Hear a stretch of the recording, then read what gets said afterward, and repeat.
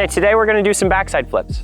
I'm a huge fan of this trick because I learned it when I was really young. So I've been doing it for a long time.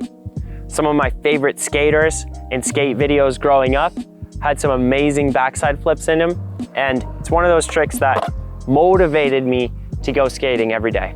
We're gonna cover the 6 fundamental pieces of a backside flip, starting with the setup, how you load the trick the right way, what the launch looks like, how you're striking the tail against the ground, your footwork in the air, and then we're gonna go through the landing sequence so you can have them consistently.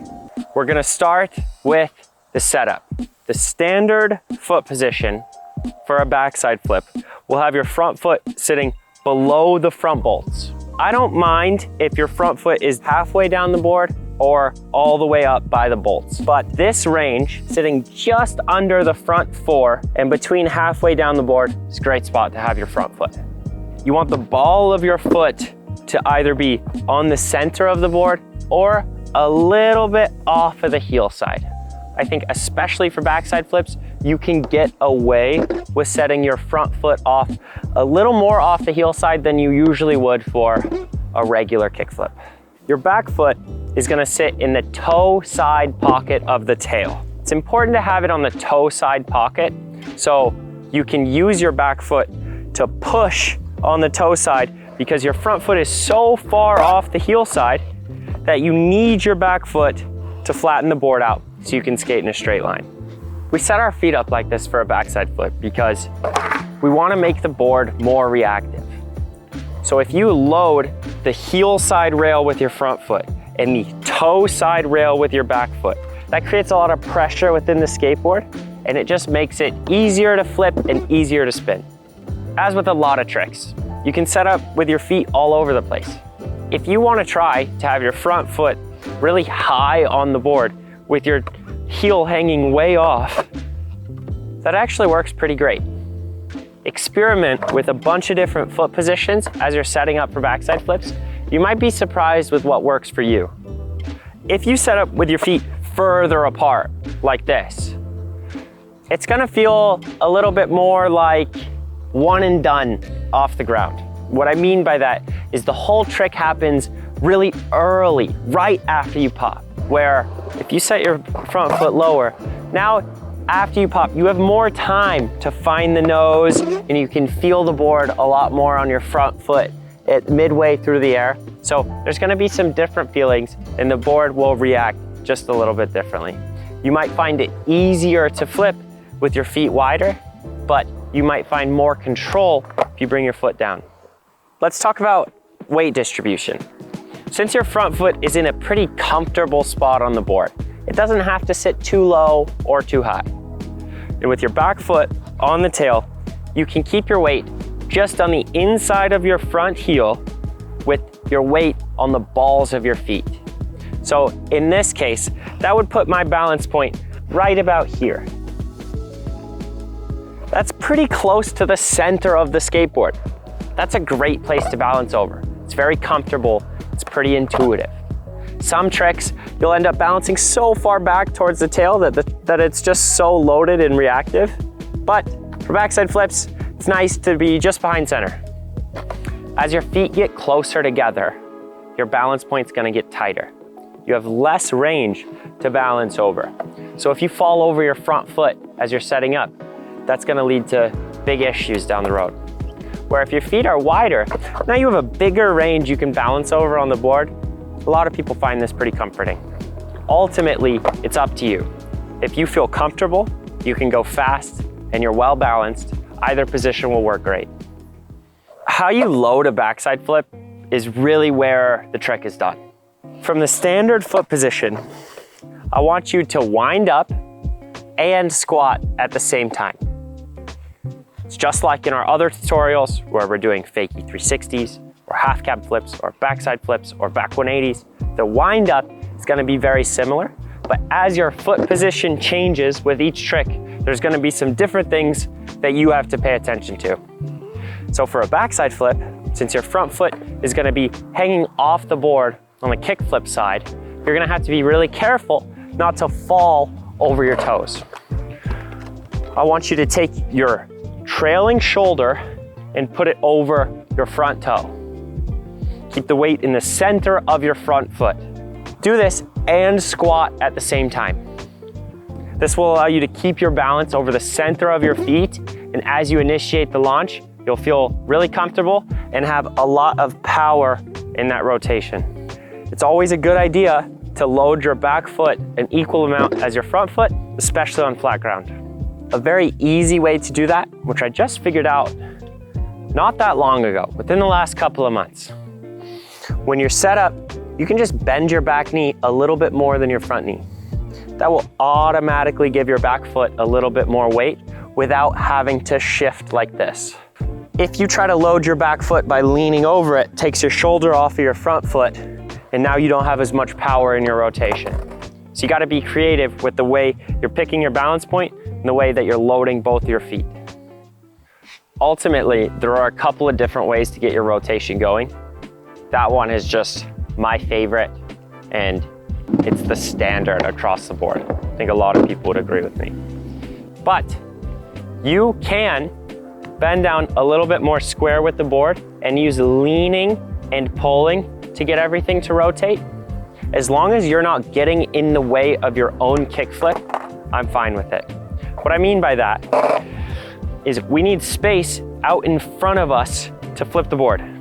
The way our hips work, if you want to roll your knee out and show your foot to the grip tape, you're going to need to be able to open up this way just a little bit.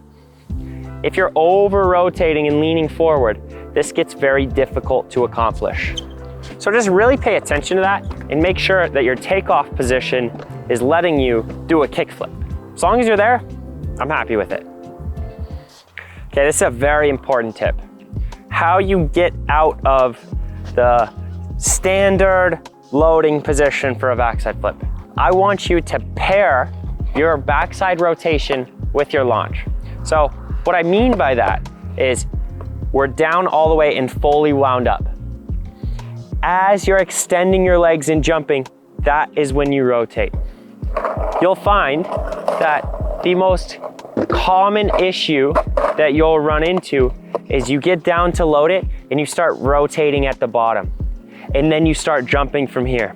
You're not gonna have as much power in the rotation, and you start getting in the way of your kickflip. A very good spot to hit is on the way up, your front shoulder can be reaching your front foot as you're starting to jump. But since you're wound up and rotating through the launch, as soon as you leave the ground, you'll be spinning automatically. So it can feel like you're just doing a regular kickflip, but it's turning into a backside flip. If you find yourself down at the bottom and leaning over the tail to jump, you're probably not loading your wind up properly. Your instincts are pretty good because you're a good skateboarder and you know that you're not gonna rotate if you don't fall off of the tail. But unfortunately, that's gonna make rolling away pretty difficult. So we need to focus on staying balanced over that front heel and getting our rotation like this. If you're falling off of the tail or you're falling off of your toes, you gotta wind up better. When you're striking your tail on the ground, it's gonna feel very similar to a kickflip or a regular back 180. So you're gonna be striking the ground with slightly the toe side section of the tail. We don't have to worry about rotating very much, as in pulling the tail back for a shove it, because we are wound up and launching while rotating. So if we do that stage properly, as you leave the ground, the nose will start rotating backside. So relative to your body, you can focus on just doing a really nice ollie or kickflip. When you're flicking it, that's when you can add a little bit of extra rotation if you want. We'll talk about that in a second. If you don't care about bringing your backside flips as high and you just want to worry about rotating, you can send the tail into the ground with a little bit more of a shove it and just let the tail stay low through the strike. So your nose will stay high and it will sort of do a varial flip shape. But you can spin over it and land on it just fine. I would consider this more the beginner or intermediate way to learn backside flips.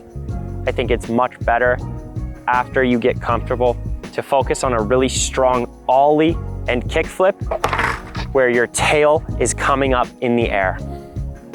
You'll be able to do it while you're going faster, downstairs, really wherever you want. If your tail stays low, you have limited options.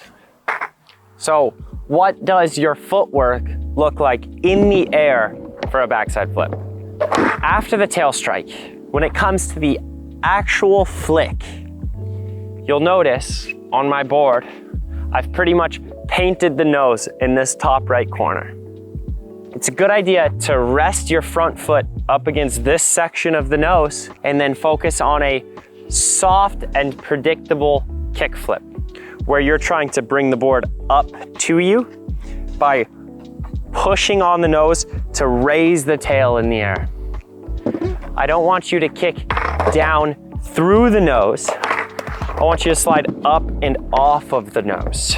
Another thing you can do to help with rotation just a little bit is take your front foot and move it towards the direction of the backside flip. If you do this, you have to be very patient with your flick because it's going to take time for your front foot to grab the nose and then to be able to affect its direction. But that'll make a really big difference when it comes to the shape of the trick, especially if you want that tail to come up through the halfway point. You're going to have to really feel your front foot against the nose. So why is this the footwork we use? Why do you worry about the nose? Why not just kick off the rail and let the board spin? And the answer is speed, height, and consistency. If you want to pick the board up and do a properly high backside flip while going fast, you need to have feel for your front foot against the nose. You can make a lot of micro adjustments in the shape of the backside flip that will affect the catch, your balance, and your rotation. So I'm a really big fan of taking your time in gaining a deep understanding of the footwork phase of the flip tricks because it will really help you in the long run. A secret key to skateboarding is that after you pop, you need your tail to come in the air. If there's one skill that you work on that's not flipping your board, it's just picking your tail up. I don't care if it's a back 180, a front 180, a regular ollie, a fakie ollie, or a kick flip. Raise your tail into the air and you will have better tricks across the board. Let's cover the landing sequence now. So the halfway point, when you're spun 90 degrees, where's the board and where are your feet? I want to start by talking about where the board is relative to your center line. If you draw a line straight up your front foot, up your body, where is your board relative to that line? Is it sitting off your toe side or is it sitting off your heel side? Since it's a backside spinning trick, we want the board to sit on the heel side of our center line. So that board will barely be behind us. With your back foot sitting off of the toe side just a little bit, and your front foot with your heel sitting off of the heel side. This will allow you to push your back foot behind you to finish the rotation, and if you need it, it will allow your front foot to nudge the board forward as well. This will help finish the rotation so you can confirm the landing. Remember, as you're catching your flip tricks, you want to be very soft with your feet. It helps to keep your eyes right on the bolts so you can softly place your front foot where you want it and softly place your back foot where you want it. You don't want to overpower the catch. If you're stretching at your board to be in a rush to catch it, it's just going to bounce away from you. What's important is that you can be very accurate with your feet, not so much fast. To finish the landing sequence, we're standing on the board. So what does that look like for a backside flip? It's a good idea to remain floating in the air for as long as you can. If you're stretching your feet at the ground when you're in a rush to get to the ground, I'm not a huge fan. If you're extending your legs deliberately in a direction so you can stand up on it. That's great. Depending on how you roll away, you can adjust where you're balancing over. After you do a 180, if you're skating away feeling like you're going fakie, that general rule of thumb where we can be on the inside of your front heel will remain true. If you rotate all the way to where you're facing where you're going, that balance point is gonna switch off of my right foot over to the left foot. No matter what, it stays on the inside of your feet though. We're never gonna be balancing directly over the top of either foot. The most likely place you'll end up when you're landing a backside flip is sort of this weird nollie heel flip position. So even though we know exactly where we want our feet, that doesn't happen every time. Just know that if you're landing with your feet closer together and closer to your nose, we can always follow the same rules. Balance on your lead foot. Keep your weight between your feet. If you do that and focus on strength and stability and skate all the way out of it, you'll be just fine. All right, we just finished backside flips. I hope you enjoyed the tutorial. Go use them. When you're using this tutorial, make sure that you are going step by step and taking your time. I know you just watched it all the way through in one sitting and you're gonna go try backside flips now. But remember, if you make a mistake early in the system, it's gonna bite you in the butt later on. So make sure you get your setup right, you load it right, and you go through the steps one at a time to make sure that you have the cleanest backside flips possible. Also, make sure you're creative with your practice. Don't just try backside flips all day. Work on your 180s. Work on applying these principles to things that you would never expect. Hey, maybe I can be in a 50-50 on a quarter pipe. Set up just like a backside flip. Load it the same way and see if I can get in like that. Start to draw these connections with how your skateboard works and use these tools all over the place. Then when you come back to a backside flip, you'll have a better understanding for what you're really trying to do. Okay, good luck out there.